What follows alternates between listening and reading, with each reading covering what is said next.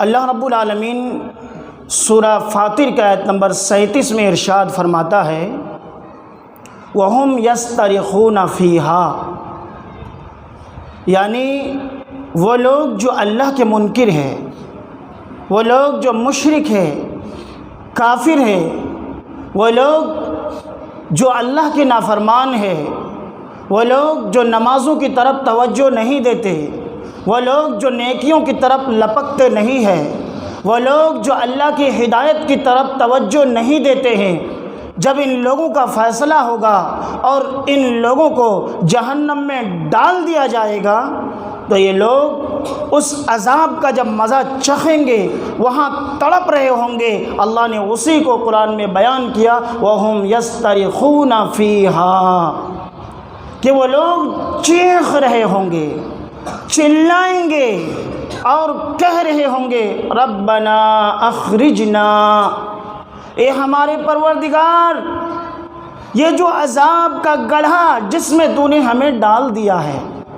یہ جہنم جس کی سزا ہمیں بھگتنا پڑ رہا ہے، یہ عذاب جس میں نہ ہمیں سکون حاصل ہو رہا ہے اور نہ ہی ہم مر رہے ہیں، موت اور حیات کے بیچ میں تڑپ رہے ہیں، گھٹ گھٹ کر کے جی رہے ہیں، یا اللہ برداشت نہیں ہو رہا،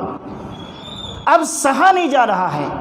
اب تکلیف برداشت کرنے کی ہمت ہم میں نہیں ہے، حوصلے ٹوٹ گئے، برداشت کی جرات ختم ہو چکی ہے، اخرجنا، اب ہم کو یہاں سے نکال لے، اب یہاں سے نکلنا چاہتے ہیں، نکل کے کیا کریں گے؟ ہمارا وعدہ تجھ سے ہے نعمل صالحا، نکلنے کے بعد ہم اچھے کام کریں گے، بے نمازی تھے تو اب نماز پڑھیں گے، ہم بدعتیں کرتے تھے، شرک کرتے تھے، اب جائیں گے تو بدعت کے قریب بھی نہیں جائیں گے، شرک کے قریب بھی نہیں جائیں گے، ہم نے اپنی آنکھوں سے دیکھ لیا ساری چیزوں کو، ہمیں یقین آ گیا نعمل صالحا، اب تو ہم نماز پڑھیں گے، اب تو ہم قرآن پڑھیں گے، اب تو ہم قرآن کو سمجھیں گے، اب تو ہم نبی کے راستے پر چل کر کے زندگی بسر کریں گے، اب بس ہم کو بس یہاں سے اس گڑھے سے نکال دے، ہم نکلنا چاہتے ہیں اور سہا نہیں جا رہا ہے۔ غیر الذی کننا نعمل، اور یہ وعدہ کرے گا اب کی بار جو دنیا میں جائیں گے نا، اب وہ کام نہیں کریں گے پہلے جو کرتے تھے، نہیں کریں گے، نماز چھوڑا کرتا تھا، فجر میں سویا کرتا تھا، قرآن پہ تو رمضان کے علاوہ کبھی ہاتھ ہی نہیں لگاتا، جمعہ کے علاوہ مسجد کو پہچانتا بھی نہیں تھا، اب ایسا نہیں کریں گے، اب کی بار جا کر کے نماز بھی پڑھیں گے، قرآن کو بھی سمجھیں گے، قرآن پر عمل بھی کریں گے، نیک لوگوں سے ہماری الفت اور محبت بھی ہوگی اور ہم دین کا کام کر کے تجھ سے ملاقات کریں گے، اب ہم کو نکالتے ہیں۔ اللہ کیا کہے گا؟ اولم نعمرکم، میرے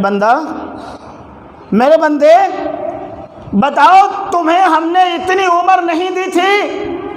60 سال جی کے آیا، 35 سال جی کے آیا، 40 سال جی کے آیا،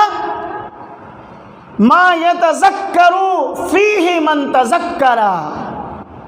کہ جس عمر کے اندر ایک سمجھنے والا سمجھ سکتا تھا، ایک نصیحت حاصل کرنے والا نصیحت حاصل کر سکتا تھا، ایک قبر کے عذاب سے بچنے والا نیکیاں کر کے عذاب سے بچ سکتا تھا، ایک جہنم کے عذاب سے ڈرنے والا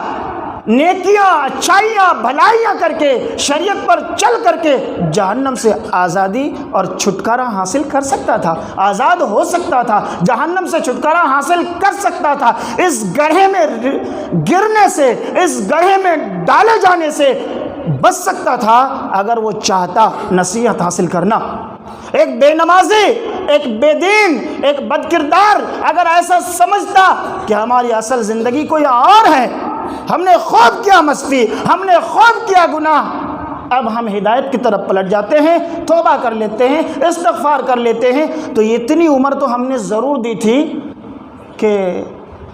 کچھ نشانیوں کو دیکھ کر کے، میت کو دیکھ کر کے، مریضوں کو دیکھ کر کے نصیحت حاصل کر کے اصلاح کر لیتا، دیندار بن جاتا، گناہوں کو بخشوا لیتا اور آ کر کے ملتا۔ اللہ کہے گا وَجَاءَكُمُ النَّذِيرُ، تمہیں تو عمر تو دی ہی تھی، نبیوں کا ایک لمبی کڑی بھی ہم نے تمہاری اصلاح کے لیے بھیجا تھا، مگر تم نے کوئی توجہ نہیں دی۔ جب نبیوں کے باب کو ہم نے بند کر دیا، نبیوں کے دروازے کو بند کر دیا، نبیوں کے سلسلے کو بند کر دیا، اس وراثت کے تاج کو ہم نے علماء کے سر پر رکھ دی تھی۔ یہ علماء کبھی گلیوں میں پہنچ کر کے، کبھی ممبر سے خطبے کی شکل میں تقریریں کر کے تمہیں یاد دہانی کراتے تھے، کبھی درس و دروس میں بیان کرتے تھے، لیکن تم نے سوچ لیا کیا؟ توجہ نہیں دی ان کی طرف۔ کتنا سارا موقع تمہیں ملا تھا، اگر چاہتا تو اصلاح کر سکتا تھا نا، لیکن تم نے کوئی فکر نہیں کی، کوئی توجہ نہیں دی۔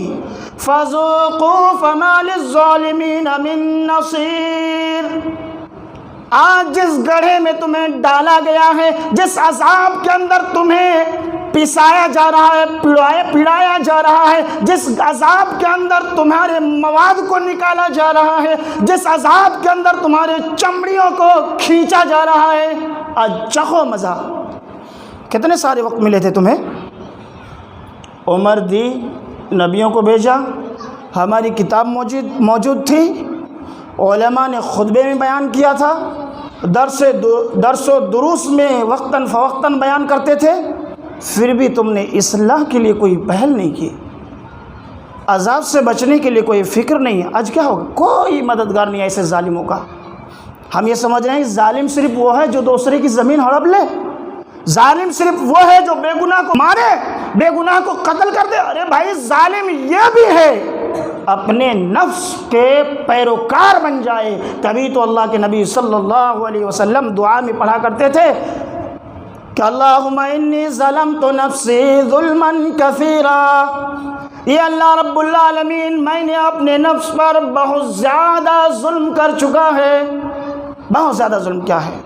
اور ظلم کو تیرے سوا کوئی معاف نہیں کر سکتا۔ فاغفر لی مغفرۃ من عندک، تو اپنی رحمت سے، تو اپنی فضل سے، تو اپنی نوازش سے مجھے معاف فرما دے۔ یعنی پتہ کیا چل رہا ہے؟ نفس پر ظلم، نفس کی پیروی کرنا، اللہ کی شریعت کے مطابق زندگی نہ گزارنا بھی یہ تو کیا ہے؟ یہ ظلم ہے، اپنے اوپر ظلم ہے یہ۔